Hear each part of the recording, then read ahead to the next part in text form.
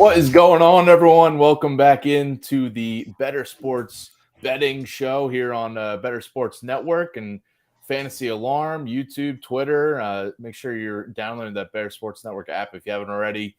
I'm Dan Servodidio here with Howard Bender. We were back with you on here on a Monday. Started out the show on Friday, but we are here again Monday through Friday. Howard, how you doing, man? We got tons to talk about sports-wise, sports betting-wise. There's a ton to talk about. Thanks so much again for having me here, man. Always a pleasure to get a chance to chop it up with you. We'll talk some MLB best bets. It was kind of, it was like Friday was like a little bit of a weird day for us. I came out swinging with the Diamondbacks and Zach Gallen and all that talk. And oh my Lord, did he get housed? But yeah, I mean, listen, you know what? It was kind of funny because what happened was I made the play, right? And I published the article.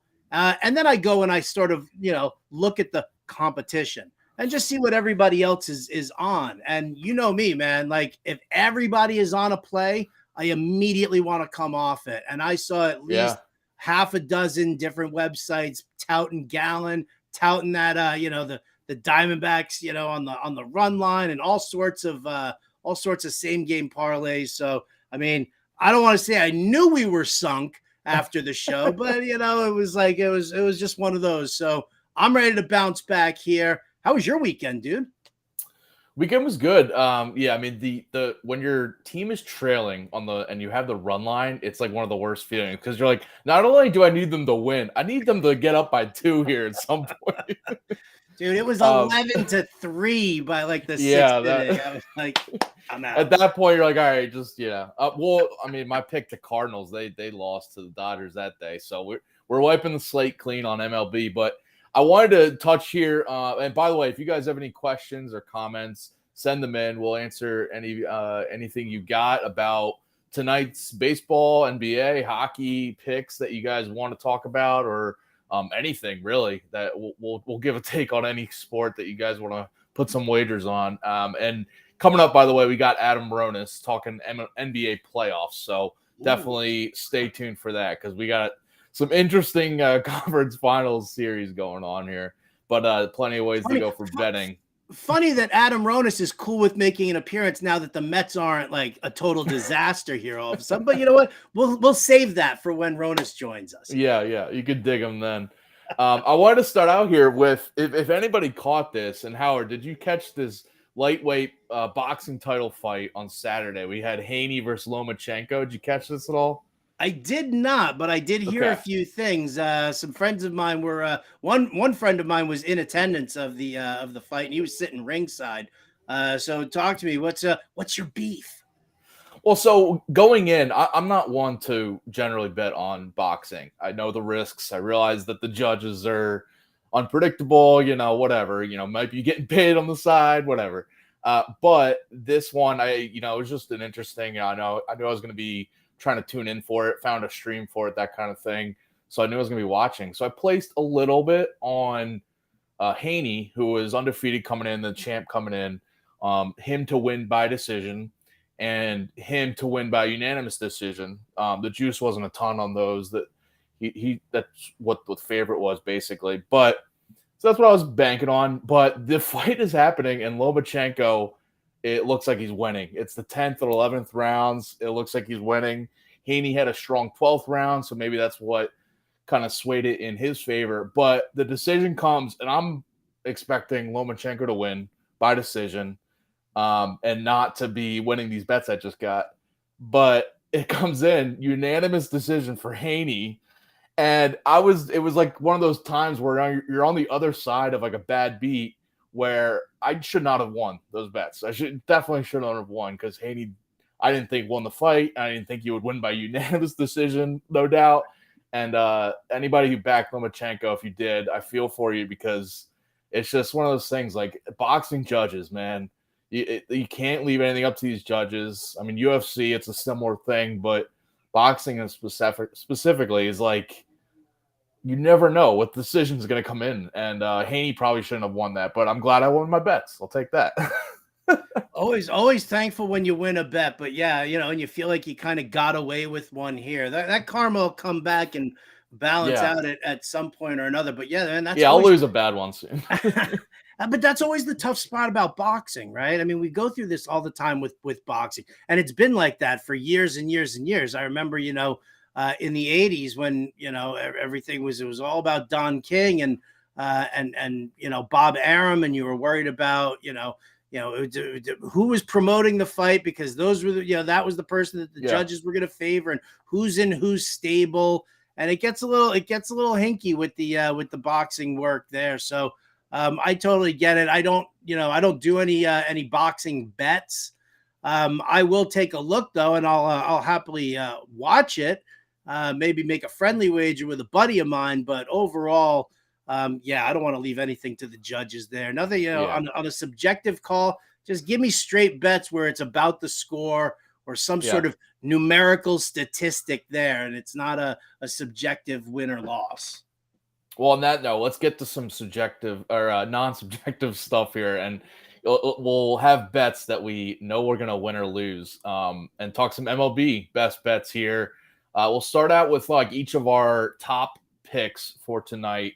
I'll let you go first here because I like what you got here. I saw you put it in the Google Doc and wrote it up on Fantasy Alarm or your best bets article. But give me one of your best bets here. Well, here we go. I mean, it's the team total for the Dodgers. Listen, I love Charlie Morton. I think Charlie Morton is an incredibly talented pitcher. But, while I'm not like a huge batter versus pitcher data kind of guy, you still look at it and you see Mookie Betts, Freddie Freeman, even, you go far down into like David Peralta range. Like these guys all hit Charlie Morton fairly well. You're also looking at two former teammates in Peralta and Freddie Freeman of Charlie Morton. He has not had a great success track record against the Los Angeles Dodgers. I'm trying to keep it a little simple here and just take the Dodgers team total over 4. I got it from minus 125 over on Caesars. And then what I like doing in that aspect there is actually parlaying that with a prop bet of Freddie Freeman over 1.5 total bases. I mean, Freddie Freeman's numbers against Charlie Morton are absolutely ridiculous. I did this on Friday with Mookie Betts, and that one was an easy cash for me there as well.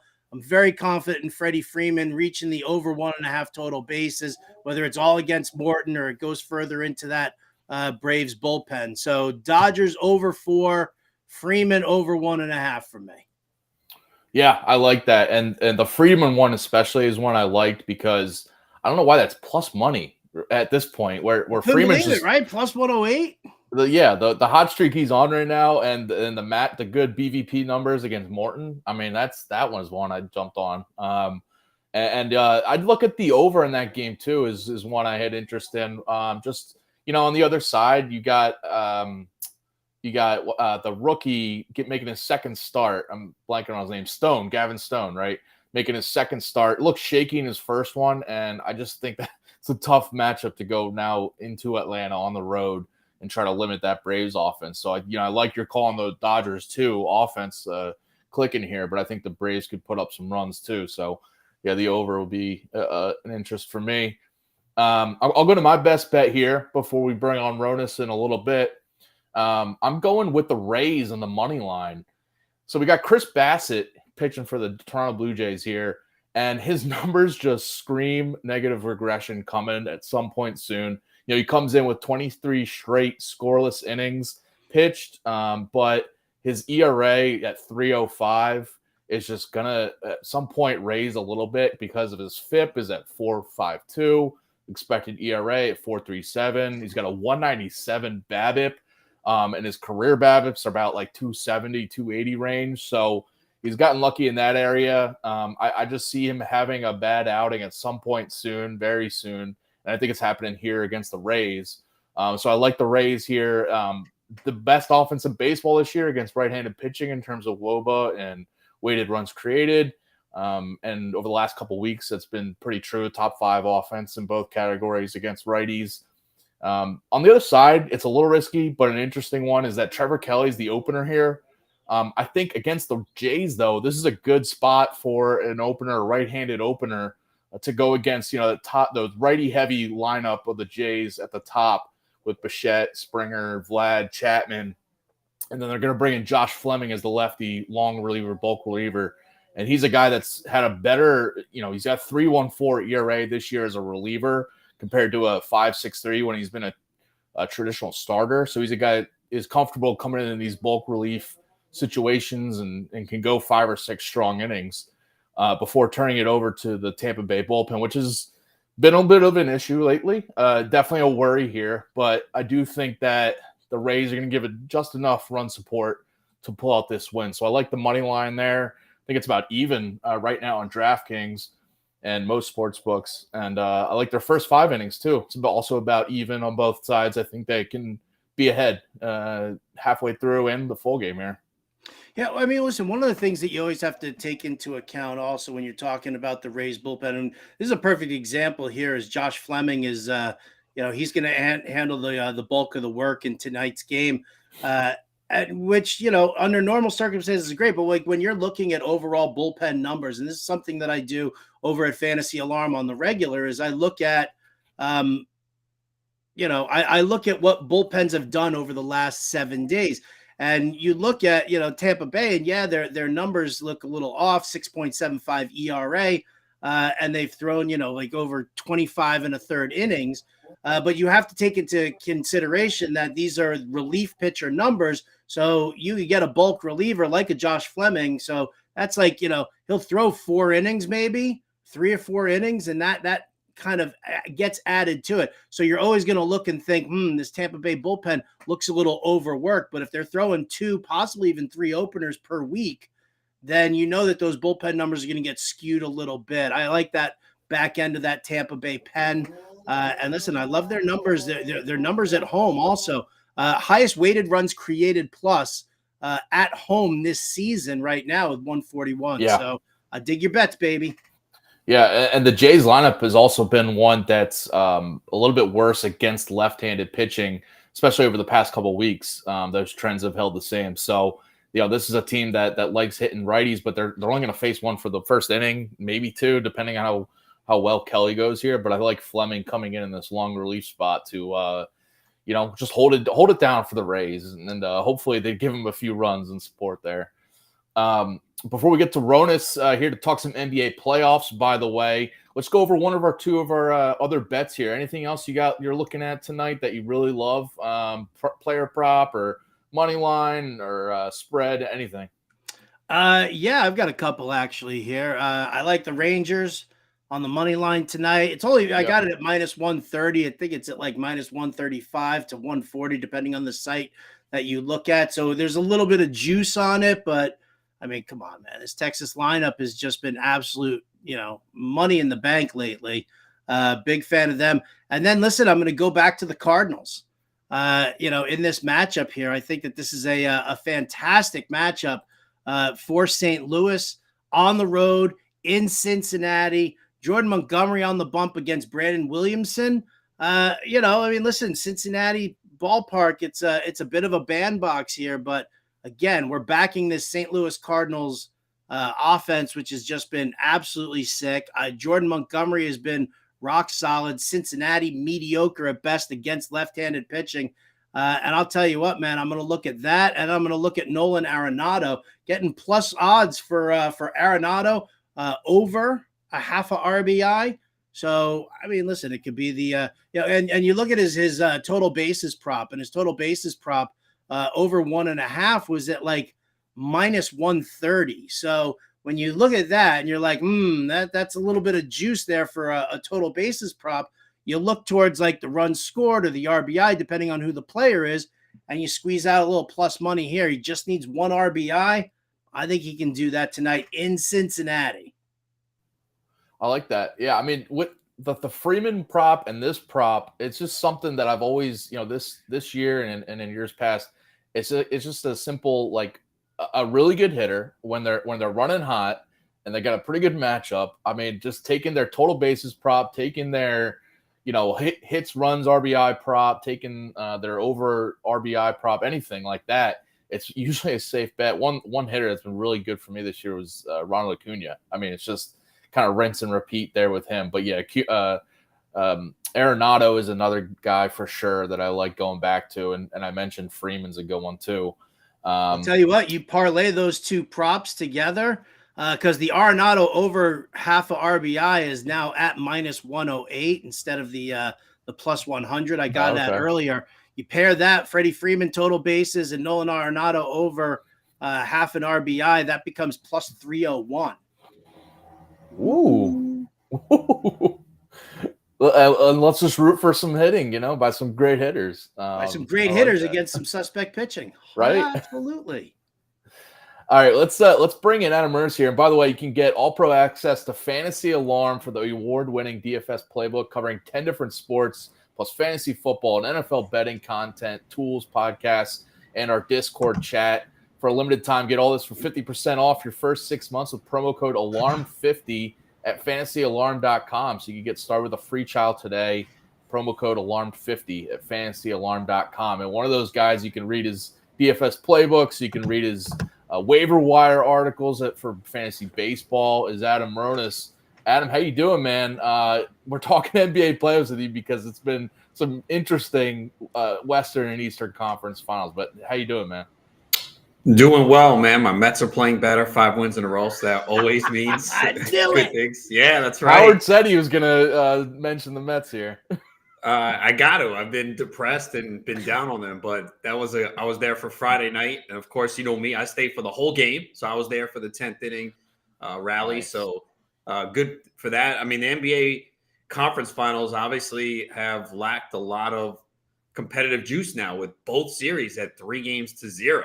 So I doubt both are going to go 4-0. That's never been done. And I don't think the NBA wants that because the finals don't start, I believe, till June 1st. So you're talking there could be 8 days off if these series end. So I don't think they want that. But, I mean, obviously the Miami-Boston is a surprise.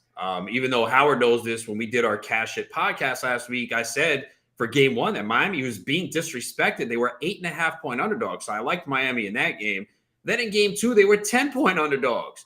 And then Miami goes home up 2-0 and Miami's underdogs again, closing at 4.5. So I mentioned, I felt like something about Boston this year, especially during the postseason. I felt something was off with this team and I didn't feel they were going to win a championship, but I am surprised they are down 3-0 and Miami deserves a ton of credit. Eric Spoelstra to me is the best coach in the NBA. Jimmy Butler, we know what he does in the postseason. And people forget Tyler Hero and Victor Oladipo are out. So not that they were massive contributors, but Hero was a big player for them. And Oladipo gave them some good minutes off the bench. They lose those two guys and they haven't missed anything. Boston clearly has more talent, but you could see they don't have the fire. They quit last night. It's just embarrassing. And Miami, they always play tough. They're a mentally tough team. Boston's not. So you got to give Miami a ton of credit. I mean, they're the 8th seed, and they were on the precipice of not even making the playoffs. They lost their first playing game, and they were actually losing to the Bulls in the fourth quarter. So they could have been eliminated. Then they come out. They beat Milwaukee in 5. They beat the Knicks, who actually has given them their toughest competition so far in the postseason. So Miami's a hell of a story. Something's going on in Florida. You got the Panthers in hockey as well. So I don't know what's going on down there. And let's not forget FAU went to the Final Four. So something's going on in Florida. Something good down there, man. Something really good down there. I mean, listen, you said it best. By the way, first and foremost, Adam, thank you for wearing the collared shirt today. I feel like sitting here with Servo. Do you remember the first time Mike Ditka was on like a Fox broadcast and he had his sweater on and they were like, we wear jackets at this level, Mike. But so Adam, I appreciate you with this bum we got going on over here. Keep it casual, you know? Keeping it casual. Sure. But I mean, listen, you said it best on the the podcast there, Adam, and that was Eric Spoelstra. And that was really that's been the big difference. And you know, Boston doesn't have that coaching. And I'm really curious as to now, I mean, are the awards, Coach of the Year awards and things like that in NBA, are those already shut down? Have they already finished those? They don't include the postseason. See? Because if they did, Jokic would have won MVP, not Embiid. Well, I mean, that's understandable there, but that's regular season performance. But I feel like Coach of the Year is something that you really should extend to the postseason because that's been the biggest difference maker, I think, in Miami's run so far, is that Spoelstra has been so good and Boston just looks not lost, but they just don't. No, they do. They're not making the adjustments that they should. Yeah, and I think I saw a stat like Spoelstra's against the spread in the second half, and he's near the top. I mean, that's the big difference. They're making adjustments, and you see it. And they smell blood in the water, man. They're ready to crush Boston, and Boston is just running away from it. So the confidence is growing for Miami. Boston's is falling apart. I mean, Mazzulla was put in a tough spot. He's a 34-year-old and thrown into the head coaching spot. Regular season was fine, but you could see here in the playoffs not utilizing timeouts in the correct spot. And it's just snowballed here. And it's crazy. I mean, this is a hell of a run for Miami. Jimmy Butler's a hell of a player. And, all the surrounding players around him are just stepping up, whether it's Caleb Martin, Max Strus, Gabe Vincent. Everybody is doing their job. Yeah, they shot lights out last night as well from three-point range. But, you got to the point in the second half, Boston just came down the floor, chucking up three. Some of them were good looks, but it was just pretty embarrassing because that's the type of performance you see when a team is down 3-0, not when they're down 2-0. So I can't see, again, no team in NBA history has come back from 3-0 ever. It's going to happen one day. I just don't see it in either of these series. So I got to ask you, Ben, tomorrow night we got game 4, Celtics Heat. You saw the odds flash up on the screen there. The Heat are only 1.5 point favorites. At least they're favored. They are favored this time, but they're only 125 on the money line. It's really interesting to see those numbers because, as you mentioned, last night we saw the Celtics just kind of quit in the second half, and we're just launching threes. I mean, if that was game 3 and we just saw them quit, what's going to happen tomorrow night? And is Vegas saying? Are they just begging people to take Boston here to say they're not going to get swept? Or what are you doing with this game? Yeah, I'm probably not touching the line because, again, you don't know how these teams are going to respond. I think they're begging you to take Miami at this point. Okay. Again, a lot of people's mentality is going to be like, yeah, Boston quit. They're done. They just want to go to Cancun. They're going to mail it in.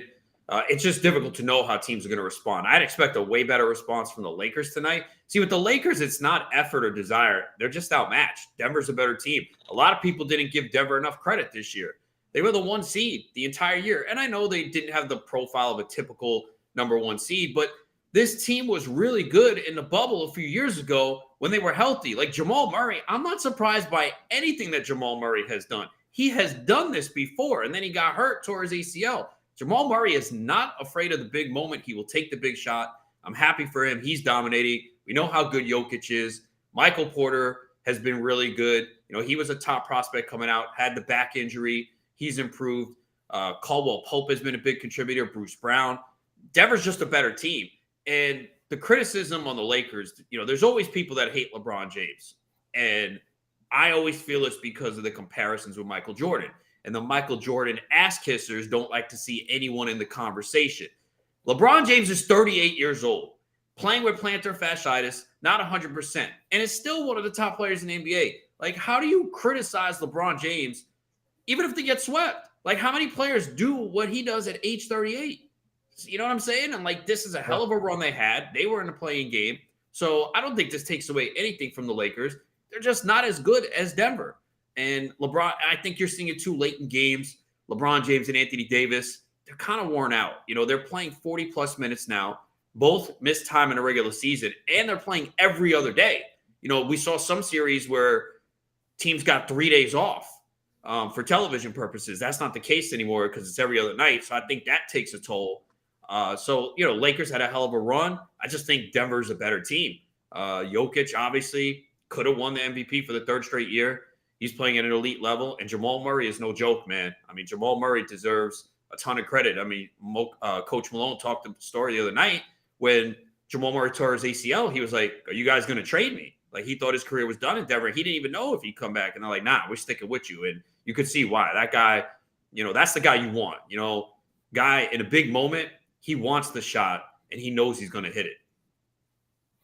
Yeah. Adam, let's talk about some prop bets for tonight's action here. Denver against the Lakers. I was going through Rick Kamla's Ricky props. We got those posted over at Fantasy Alarm. I also, may or may not subscribe to a certain Ronis bonus TikTok channel there. which, catching that. What are you liking for tonight? I'm seeing some interesting stuff from Rick, but before I even mention his stuff, what do you got going on for tonight? I love Michael Porter Jr. tonight, his rebounding prop. I've been playing it quite a bit. It's 6.5. It is juiced up. If you want to play it at 7.5, maybe get some plus odds. I'm good with that. Or you could also go rebounds and assists. It's 8.5. I think he might be able to get there alone on the rebounds. He has at least 10 rebounds in 2 of the 3 games in this series. They need him to play big minutes. The one game he played 31 minutes. He was in foul trouble. Thank goodness. He still cashed his rebound prop that night for me. I was getting nervous that he got it late. They're not playing Aaron Gordon as much. I don't think Gordon played in the fourth quarter of game 3. So his rebounds and assists are 8.5 at -120 on BetMGM. So if you want the better juice, you can do that. But I really like him. He's gone over in all 5 games against the Lakers this year, rebounding. He's averaging 12.3 rebound opportunities here in the postseason. He's been big on the board. So I like him. And then Austin Reeves, I mean, you could play like 17 props with him. I've decided on 22.5 points plus assists because it's -105 on DraftKings. His PRAs, I believe, are now up to 26.5. I'm okay with that. He's gone over that. His points are 17.5. His threes are 2.5 at plus money. I mean, this guy is earning himself some big money with his performance here in the postseason. So again, if his points and assists at 22.5 alone in these 3 games, points 23, 22, and 23. So he's gone over it alone just on the points. He's going to play big minutes. He's played 40, 36, and 42. You know, they focus so much on Anthony Davis and LeBron James, it leaves Reeves open. I also could see him maybe handling the ball a little bit more. D'Angelo Russell has been horrendous. We've seen the splits defensively with him on the floor. They're just getting crushed. And Dennis Schroeder hasn't been great. So Reeves has been the guy. So his points and assists have been 28, 27, and 31. He's shooting 45.9% from the field in the postseason, 44.2% from three-point range. So he's been great. So any Reeves props, I'm going with the 22.5 points plus assists. But you can go in a multitude of directions. So those are the 2 props I like the most tonight. You can look at LeBron too. You know, PRAs, it's an elimination game. I expect LeBron to come out and play very well for sure. Anthony Davis rebounds. He's been going over that, but I'm looking at Porter and Reeves as my 2 biggest ones for tonight. Yeah, over in the chat on Bettor Sports Network, James Grande just threw in there LeBron James over points, 33.5 points per game in 25 career elimination games. That's wow. That's pretty good endorsement right there. Yeah, I mean, he just hasn't been very aggressive in this series. He hasn't been looking for a shot. That's kind of been the surprising thing to me. But yeah, I mean, again, I don't see the Lakers going down easy tonight. I'm not sure if they win, but I wouldn't expect them to just lay down and look like Boston did last night. That's what I wanted to ask you about, because when we're betting this game or tomorrow with Heat Celtics, do you think there's a greater risk, you know, when you're talking spread either way, or these player props of, you know, starters being in the game when if it is a blowout? Do you think there's a greater risk for the Nuggets to kind of say like, okay, we'll just win this back in Denver and kind of take it easy tonight, and maybe Jokic isn't hitting his overs in the fourth quarter? Or is there a greater risk of, maybe it's a blowout like we saw last night where the team's getting swept, the Lakers are getting swept here? Sounds like you're on the other side where the Nuggets might have more risk of being on that side. Yeah, no, I would be surprised if the Lakers lost by 20. Now, it's certainly possible, right? There could be a situation where it's the third quarter, late third quarter, Denver goes on a run, they're up 17. Then you're like, okay, now you could see maybe the Lakers are done. But with LeBron and Davis, them being at home, I don't see it. It's not like Denver's blown them out. You know, Denver needed the run late in game 3 to kind of pull away. Where with Boston, you just see mentally, they're not there, man. I mean, this has been an epic, not collapse, but an epic disappointment. You know, Boston, big favorites here and just not getting the job done. And you could see it just from the comments and the players, the body language. Something's not right there. Something's going on in that locker room. You know, Mazzulla tried to take all the blame yesterday. And look, he's going to get blamed. Someone has to. But at some point, your top players got to come play. Jason Tatum and Jaylen Brown have been atrocious in this series. They've shot really poor from the field, and it's on them at a certain point. Again, Mazzulla has not helped, but I mean, how are they down 3-0 to Miami? It's embarrassing, man. And for them to come out and play the way they did. So I have less faith in them, especially on the road in Miami. Who knows what type of strip clubs they're at tonight? You know what I'm saying? So definitely worried about that. I also do have a baseball bet too. Throw it in here. Jose Ramirez over 1.5 total bases, plus 120 on DK. You can see he's starting to get going. He homered in both games of the doubleheader yesterday. He's been over this in 5 of the last 6 games. So going up against the opener against the White Sox. So I like Jose Ramirez tonight. Also, Alec Boehm over 1.5 total bases going up against the lefty Tommy Henry. And we know Boehm is great against lefties. He's at home, and Tommy Henry sucks. Wow, these Ronis bonus props coming in. Love it. I dig it, man. I dig it. I love the Jose Ramirez call. Dude's homered in each of his last 2 games. And I mean, he's on a hit safely in 5 out of his last 6, couple of multi-hit performances. I love that bet. I do. And I love the Alec Boehm bet. That was actually one I was going to bring up on the show. It's Homer. He hits it maybe a little Homer. bit. I watch the guy every game, and Homer. He's such a good pure hitter. But yeah, against lefties, he's really good. And Tommy Henry on the road here, I like that spot for him. So I'll back your Boehm prop there. I like Aaron Judge to go over a half a RBI. Did I say Bryce Harper or like one of the stars? I mean, it's Alec Boehm. Well, the Yankees don't have a fringe player of Boehm's quality. What am I gonna do? I'm gonna put my money on Willie Calhoun. So gross. Adam, thanks for coming on here. Appreciate you taking some ribbing. But go follow Adam Ronis at Adam Ronis on Twitter. Tell people any articles you got coming up. I know there's a waiver wire article for fantasy baseball, but you got tons of NBA baseball stuff on Fantasy Alarm. Any upcoming articles we can keep an eye out for? Yeah, fantasy baseball waiver wire article will be out on Tuesday. It'll probably be done early. I usually send it in late Monday night, so it can be published early Tuesday.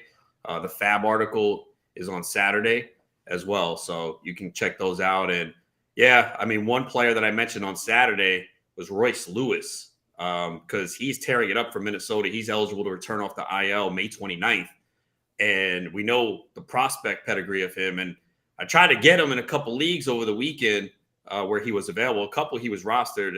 There were 3 where he was available, and I was only able to land him in 1. I thought I'd be able to sneak him in.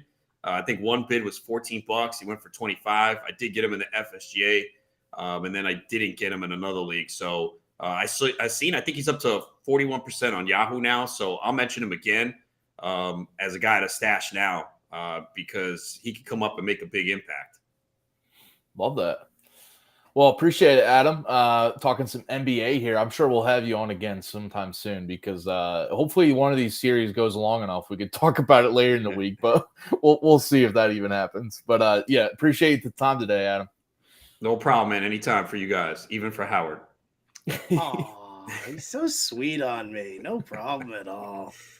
I love that. He didn't mention the Cash It. He did earlier mention the Cash It podcast, and that comes out. We record on Wednesdays, and that comes out every Thursday morning. So you guys definitely want to give a listen to that. Not only do we talk about props that you want to look for the weekend and stuff like that, but all your fantasy baseball needs, we got you covered. Yeah, we do. Or you guys do, rather.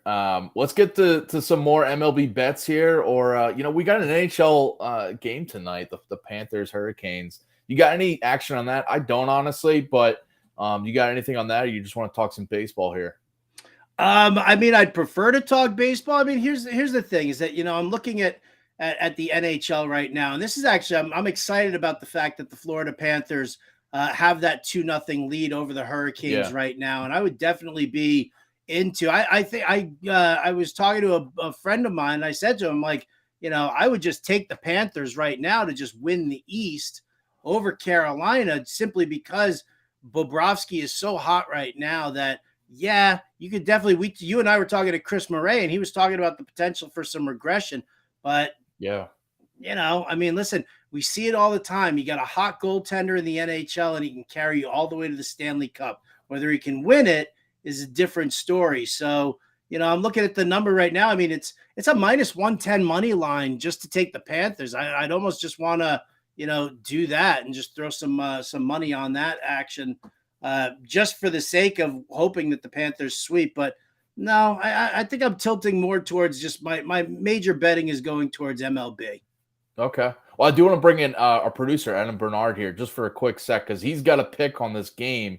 And I know he's got a lean on it, and it might be opposite of what you just said. So, Adam, give us a pick here for tonight for anybody who wants to get some action. Yeah, if you don't know who the Whalers were, they were Hartford Whalers. They are the Hurricanes now. The reason I like Carolina on the money line tonight is they're just too well of a coach of a team to be swept. The Panthers have been getting a lot of puck luck lately. In their last, what did I have it down here? Is they've won 9 of their last 10, but 6 of those games have been won in overtime. So they've got a lot on their side. Sergei Bobrovsky, as Howard mentioned, doing very well in the playoffs. He hasn't allowed more than 2 goals in a game since Game 7 of the Bruins series in the first round. All of that tells me that Carolina's got to get into this tonight. Freddie Anderson's back after they gave him Game 2 off because he played literally 2 games back-to-back plus another period, and he's fragile, so they gave him Game 2 off. I think that was the smart move by Rod Brindamore. There's a lot of reasons I like Carolina tonight. I'm going to go with the Hurricanes. Is there a bigger choke group of people than Sebastian Aho and Svechnikov? And I mean, come on, man. What are these guys doing here? Even Jordan Stahl doesn't look good. These guys don't look good right now in this series. And again, listen, I understand why. And, I love the old school t-shirt, but you show me one of these Hurricanes right now who is even alive when the team was in Hartford. Come on. They got no juice from the Northeast. Some Southern hockey team here. The other reason I like Carolina, too, is the first 2 rounds they played an Islanders team that was barely there to be in the playoffs. The Devils, I think, they got the victory over the Rangers. And then, the Hurricanes are now facing a much better team than they had in the first 2 rounds. And I think there's a bit of an adjustment there. They're on the road. I think they'll play a little bit looser and a little bit better tonight. Servo, you see that fingerless glove he's wearing? That is clearly a sign of somebody who is punching drywall every time the Carolina Hurricanes lose. We don't know each other that well yet, Howard, but you know me pretty well already. We've all been there, man. We've all been there. So Adam's saying the Hurricanes buck the trend of like the first, these conference finals where the teams are going to lose their first 2 games and then go down 3-0. So we'll see. What I would like? A game to end in regulation. Can we just have a game end in a nice tidy 2 hours and 40 minutes? Like that would be great. I love overtime hockey. I could use. You don't like the overtime hockey, huh? I love it, but it's literally 4 games in a row. One of them literally being 2 games back to back with another period stacked on top of that. So my ankles hurt watching these guys go into like an extra overtime period.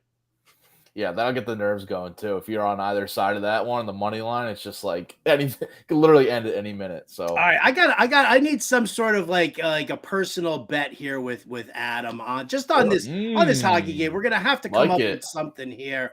Mm-hmm. I feel like I don't know if the Florida Panthers win, Adam, you're gonna have to sing me some Taylor Swift on the next show that we're on together. Oh boy, I want to hear. We want to make our listeners deaf by me singing because that's probably counterproductive. 100%. All right, I'll give. If Florida wins, I'll give you a verse. Okay. What does Howard have to do? What do I have to do? You can think about it if you want. You know what? Let's just counter the same bet. Ooh. Oh, all right. I've already got. Listen, I'm a Swiftie, man. So I was gonna say Howard actually wants to sing Taylor Swift on the show. So this is all just a long-term play. Yeah, he thinks Carolina's gonna win tonight. Dude, I am sitting here. I'll tell you, for anybody who knows Britt Flynn from Fantasy Alarm, I'm in the process right now of writing song parodies, and so I'm like going through some of Taylor's finest catalog and coming up with some good stuff for her. So. We'll see. All right. Nice. We'll see. Please pitch a shutout tonight, Freddie Anderson. Please pitch a shutout tonight. The fact that you're banking on Freddie Anderson to pitch a shutout tonight. He's this generation's fragile Freddie after Fred Taylor. Yum, yum, yum, yum, yum. So either way, I'm going to get to hear someone sing Taylor Swift tomorrow on the show. I'm ready for it. I don't know if you win or lose there, but okay. I'm back here on Wednesday, Adam, so you better brush up. Oh, it's on Wednesday. Yeah. Fingers crossed. All right, let's get back to some baseball here. We were joking about it, but I do want to echo the Alec Boehm over 1.5 total bases. He was a prop I wrote up on the MLB underdog picks for Fantasy Alarm. If you want to go check those out, it was a slightly different prop that was available over there. But this one, the total bases prop, I really like against Henry. Bohm against lefties. He was really strong last year against lefties. He hit 352 against lefties last year. This year it's 275, but better splits against lefties than righties. And Henry's a guy that's 5 ERA, 1.48 WHIP, and he struggled on the road this year. So I see this matchup against in Philadelphia. I see him having a little bit of problems against Bohm at least. The Phillies offense is really hit or miss, but I think Bohm can have some success at the plate. I don't hate that. Me. I don't hate that. You got any other? By the way, I did want to also echo the Austin Reeves. I mean, this dude is, and Rick Kamla, if you go watch the video on Fantasy Alarm, that's one of his. He hammered multiple props for Austin Reeves, and I like the points plus assists. I like the points, rebounds, assists. The PRA 26.5. He's over that in all 3 games this series, and over in 6 straight for the Lakers. I mean, he's basically the third weapon for them behind LeBron and Anthony Davis. So they just. A lot of guys like D'Angelo Russell aren't showing up in this series, especially. So I like Reeves for sure. All his props tonight. And he's the kind of guy you can just tell he's not gonna. If they're trailing late, it looks like they're gonna get swept. I feel like he's still playing hard. So I like him for sure. PRA, points plus assists. Howard, you got any baseball bets that you liked? I gave you all mine, right? I gave you my Rangers money line. I know you've got a couple of props. You want to talk about here, Rangers Angels? Talk to me about that game. Tanner Houck, who has actually looked pretty good, now gets Trout and Ohtani, and then Jaime Barria making the start for the Halos. I really like the over in this one. 9.5 is the over I'm seeing right now. I just like that, the Red Sox, obviously, if you've been betting on baseball, they're the most profitable team to bet the overs on this year. The Angels kind of hit or miss, but one of the more profitable teams to bet the over on too. So we got them matching up, and I just like the offense on both sides of this. You mentioned Tanner Houck, 5.48 ERA, which is not great on paper. He has some better, FIP, expected ERA numbers. So I feel like he will have some better outings soon. But right now he's been allowing 3 to 4 runs every start, and he's only lasting. He's not pitching deep. He's only lasting about 5 innings at most. It seems, especially on the road here against LA. And the matchup though on the other side. And by the way, the Angels top 10 offense this year in multiple categories against right-handed pitching, and especially at home they're strong. But I like the other side here because we got Jaime Barria, who's coming in and joining the Angels rotation, making his first start of the year. He's a phenomenal ERA, 2.61 as a reliever this year or last year. This year it's in the below 2 as a reliever. But this is a guy he's just one of those pitchers that I think is better as a relief pitcher than a regular starter. 2 years ago when he was in the Angels rotation, 4.61 ERA, had some rough outings. He was always a guy we target against, whether it was DFS or betting. And now he's back in this rotation. I mean, the Angels just kind of looking for answers here. And I think Barria is a guy that's just better out of the bullpen, whether it's as a bulk reliever or, in the middle innings at some point. But I don't like him as a starter here against the Boston offense that's really strong against right-handed pitching and just really strong overall, no matter who's on the mound against them. So I like the over 9.5 here. I could see it being a 6-5 game at the end or higher. So yeah, definitely. I love it. Sweet. And then the other one I mentioned that I wanted to mention was Brandon Lau, over hits, runs, RBI. That was it's also a proper up for MLB underdog picks on Fantasy Alarm, because I really like the fact that just he's going to be hitting 3rd or 4th against Chris Bassett. And I mentioned fading Chris Bassett with the Rays pick earlier because he's due for some negative regression. So I was looking for some bats in there. I mean, you could easily take some of the other names, better names like Yandy Diaz or Wander Franco. But I like it was plus money earlier today on the hits, runs, RBI. But I think from the left side, he's going to be hitting. I don't see if there's a lineup out for the Rays yet, but 3rd or 4th in this lineup.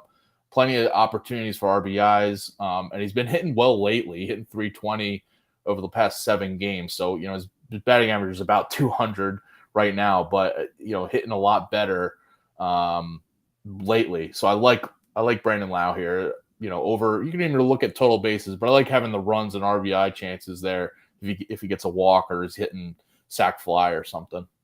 Batting third in tonight's lineup, Yandy Diaz, Wander Franco, Brandon Lau, Randy Arozarena, Isaac Paredes, and Josh Lowe are going to follow that spot there. He's hit safely in 6 out of his last 7 games with a couple of multi-hit performances in there as well. So I like the Brandon Lau call here going up against Chris Bassett. And I like the fact that you're adding it up because, Arozarena, Paredes, Josh Lowe. I mean, that dude's been, otherworldly so far, hitting over 300, 11 home runs, 9 stolen bases. So for him to be able to knock in Brandon Lau is great. But, you also have great table setters in Yandy Diaz and Wander Franco sitting right in front of him. So I love this bet very much so. Awesome. I got the Howard approval here. I love that. I don't know what that's worth, but you could take a dump in a box and mark it guaranteed, Servo, and we'll see what it's worth then. Tommy Boy. Tommy Boy.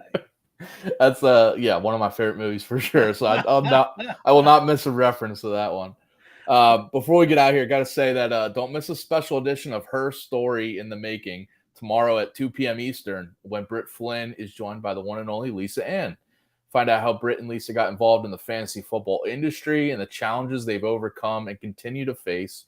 Her Story in the Making with Britt Flynn and Lisa Ann. Watch it tomorrow at 2 p.m. Eastern on the YouTube channels of Bettor Sports Network and Fantasy Alarm, which you're watching this right now. So with that, we're going to wrap up here. By the way, coming up later, just in the next at 5 o'clock Eastern here, top of the hour, we got Quick Pitch MLB DFS Live with John and Pemba and James Grande. We saw Grande tuning in to this show, so I'll be tuning into that one, get some MLB DFS lineups in. And then we got Quick Outs with Andrew Cooper and John and Pemba at 6 o'clock Eastern tonight. And then Monday Night Rants with Edward Rouse at 7 p.m. Eastern. So be sure to tune into all those. Any final thoughts here, Howard, before we head into this Monday night of sports here? No final thoughts here. I think we got some solid plays for tonight. I think, bet responsibly and let's get it. Yeah.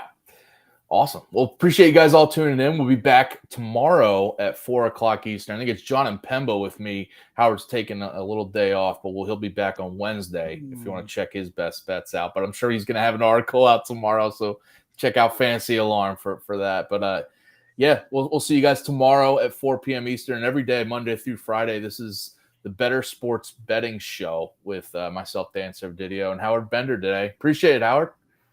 Thanks for having me. All right. We'll see you guys later. Thanks.